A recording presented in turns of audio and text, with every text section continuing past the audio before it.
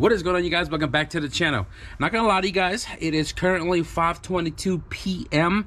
and honestly, the last couple of days I've been hanging out in my room, just catching up on sleep, catching up on energy, editing a lot of vlogs, and also taking a lot of L's in Warzone. Since the last update, I've been lagging a lot. And since the last update, they took out the rotational maps in Resurgence, and Rebirth is getting kind of boring. But anyways, a buddy of mine texted me and said, hey man, you down for some Sunday fun day? It's gonna get cracking. And I know it has. I've missed the last couple of times, and now that because my car is running, it's running tops, I told him, I said, yo, you know what? I'm down. So I'm out here in the garage right now, and I'm gonna prep my car a little bit. I'm gonna check all the fluids and everything because we just drove 1,000 miles to SoCal. I'm gonna check all my fluids, make sure everything's good and dandy, and then I'm gonna switch over to my Mexico shoes and a little touch to the black slipstreams. I'm gonna change something else. It's gonna change the look a lot, but this look that I'm shooting for has always been a look from the very beginning. Now, before I switch over to my Mexico shoes, I was talking about this humming noise that was coming from my car. And if you guys remember, I went to the EF versus DA a couple months ago, and my alignment kind of went out of whack, which then caused my tires to toe out and on the inside shave down a lot. I drove it home, it was crazy, and then I finally put the car back into alignment shot with these wheels, and then I drove it, you know, low speed around town, and then I swapped over to my, you know, my radios, and I've been driving on that. I have not really driven since the tires have been worn down, aside from when I threw it on the car to drive it down to SoCal. So now I've driven it to SoCal with the worn down toe on the inside.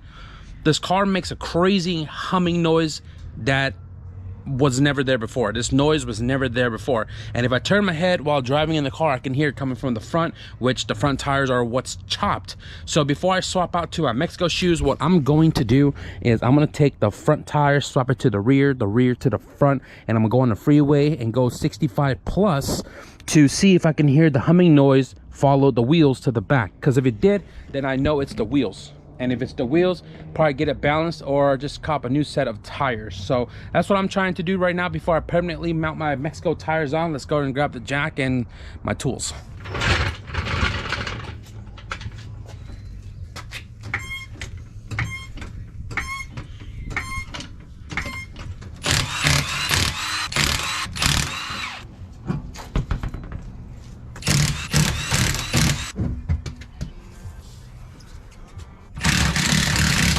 I'm just noticing now that I do have some rear camber as well too.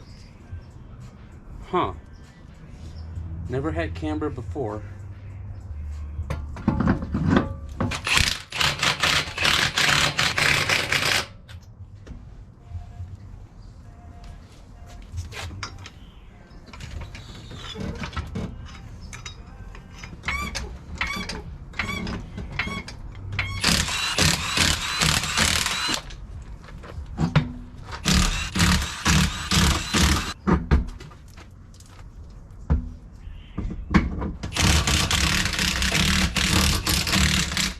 Now this tire from the rear doesn't have much camber at all compared to the passenger side.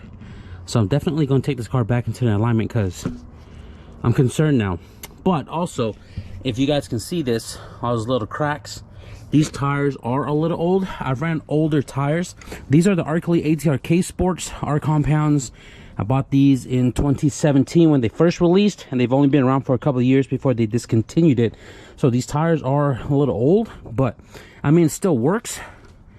I don't know if that's a date right there, 1915, year 15. I don't know, but anyways, we're gonna try to figure out this humming noise. And again, if it's the tire, we're gonna try to balance it. If it doesn't fix it, probably get new tires. But we'll know if the humming is coming from the tires at all once we swap over to the Mexico wheels, because those didn't make any noise when I drove it home from the dyno. So I'm gonna go ahead and put this last wheel on, and then we're gonna warm up this car and take it on the freeway. So mind you guys, the last time we had a whining noise, and this time is a humming noise. The humming noise is so bad that both my mirrors and my rearview mirror vibrates, and you can't even see the image in the mirror above 65. So the goal is to get above 65, 70, and see if this noise follow the tire to the rear. I'm gonna drive on the freeway right now, take a couple of exits, and really try to figure it out.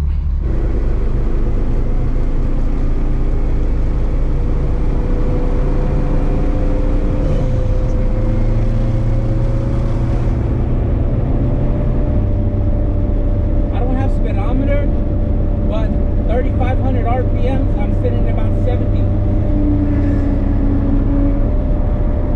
I'm not going fast enough to hear it because everybody's driving like 50 miles an hour.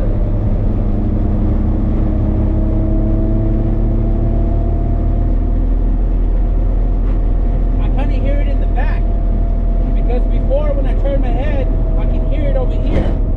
Now I hear it on the back driver.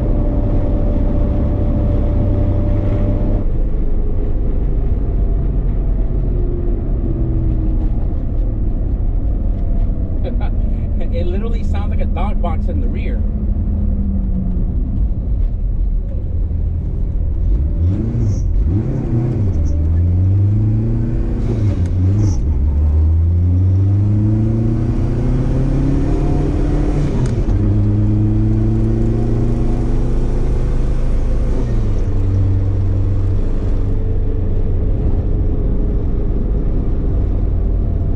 You can't really tell a low speed at all.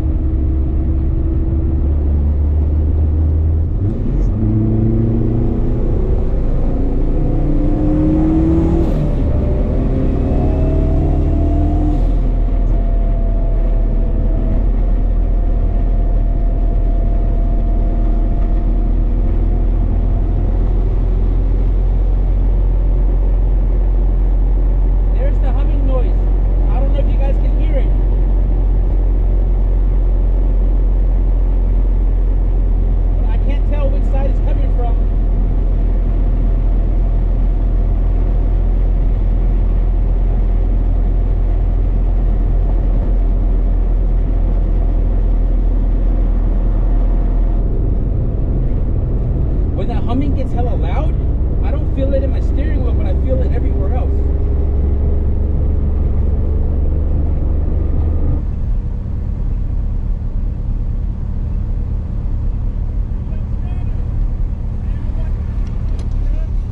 Hell yeah, I appreciate that.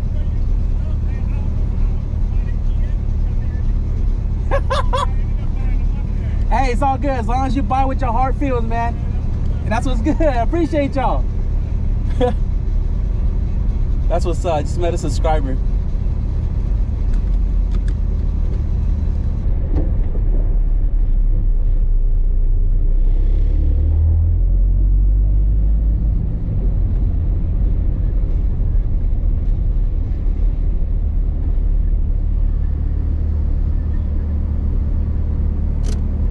I figured I'd just get some gas while I'm on my way home, because what they're doing tomorrow is pretty early, and I really just don't want to have to come down the street, make a U-turn for the gas, go the other way to get back on the freeway. Instead, from my house straight to the freeway, and let's just get this full gas now.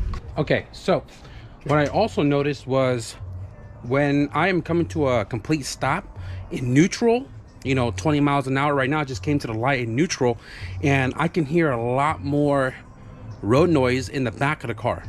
I never really noticed any noise in the back before, but I do notice that it's making more noise, you know, coming to a complete stop now in neutral. So I don't know if it's the tires. I've ridden, you know, tires with bad camber and stuff like that before, but balanced, you know what I mean? This was a balanced wheel, and then it towed out, which then created the camber wear on the tires, and I never rebalanced it. I literally just took it off, threw the slips on it, and then threw the ITRs before I went to SoCal. So honestly, the only way I'll really know is to throw another set of wheels on it and then drive it, which the only other set of 5-lug wheel I have is the Slipstreams, which I'm going to put on right now for tomorrow, but I don't have another set of regular tire 5-lug to throw onto the car to kind of rule out the tires, you know what I mean? So right now we're just going to go ahead and pop the ITRs off and throw Slipstreams on, and then hopefully we have some daylight left to do one more mod before I got to sleep early because tomorrow's going to be an early event. So let's get the jack and the tools.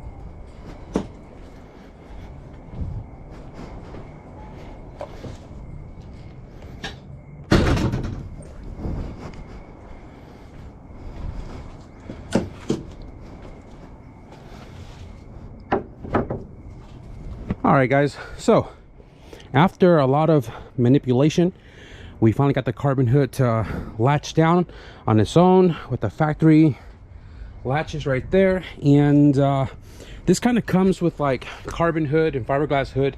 You're always going to have to like tweak it a little bit to get it to fit the way you want it to fit. So I was hoping that I wasn't going to modify too much of whatever is on the chassis, because I want to be able to put the blue hood back on and it just latched like how it was before switching over to this hood. So I had to shift the hood a little bit that way, so that way we can get the gap to be even on both sides.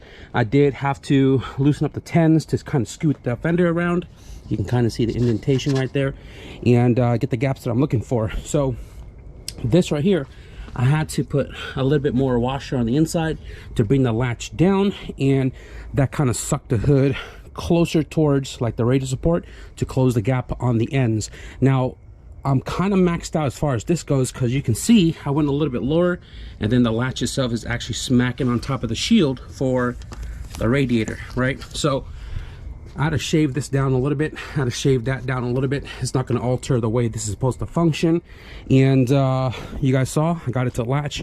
Now, fiberglass hood and carbon hood are mostly meant to be ran with hood pins because of how light it is.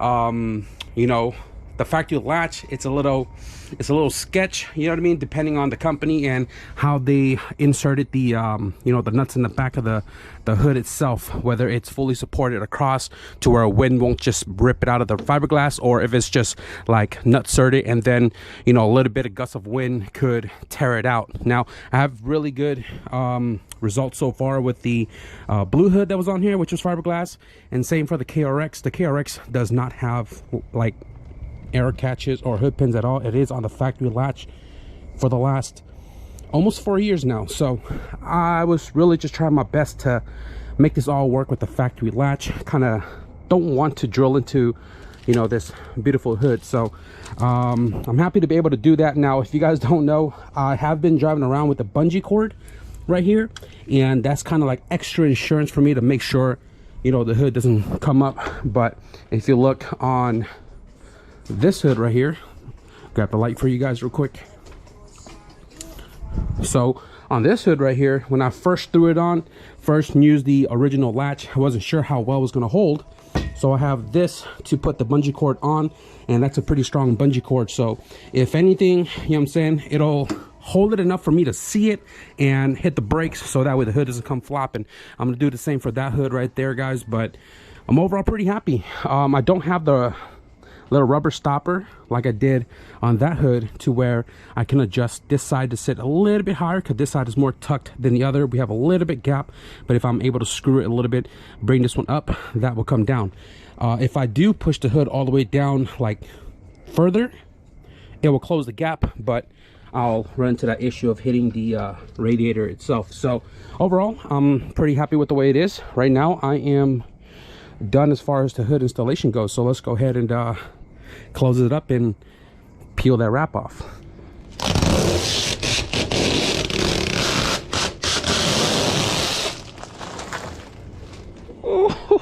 Oh man.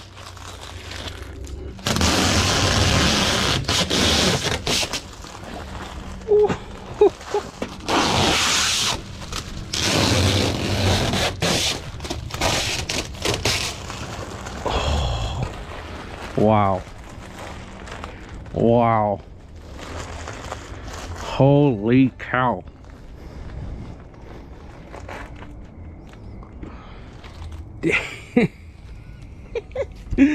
Guys, this is literally like one of the biggest reason why I went to SoCal. Made a deal with Slimeball, and we worked out a lot of you know, exchanges, and was able to cop myself this carbon fiber hood. This was actually a hood for a customer, and it had a slight defect from factory. And shout out to Slimeball for not just sending it out. He wanted to take care of the customer and get him a fresh hood.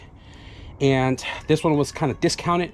And again, we worked out some deals, and I was able to cop this for myself. Now, you guys know me. My cars are nice to me. It ain't the cleanest, it ain't the most showiest car out there. I mean, if you guys look at the KRX hood, I bought this thing for 50 bucks, and somebody had put a hood pin right in the middle right there. So that doesn't bother me. At the end of the day, it's a carbon hood, 50 bucks, you can't beat it. And for this one, the defect was, it had a little bit of water spot underneath the clear coat. I don't know if you guys can see it. It's kind of weird, but there's water spot underneath the clear coat. So that's why Slimeball didn't want to send it out, and I had the opportunity to cop this. So that doesn't even bother me. I mean, at the end of the day, you can't even tell, dude. This thing, when people ask me on my live streams like, Static, what's your dream car, this and that and this, you know, in a realistic perspective, in reality, this is it. You know what I'm saying? It wasn't a K turbo all-wheel drive build. It was an EF sedan with carbon hood, carbon trunk, the whole panda look. I mean, it wasn't supposed to be blue, it was supposed to be gray, which is my first car, but damn. This vision is starting to come to life, guys.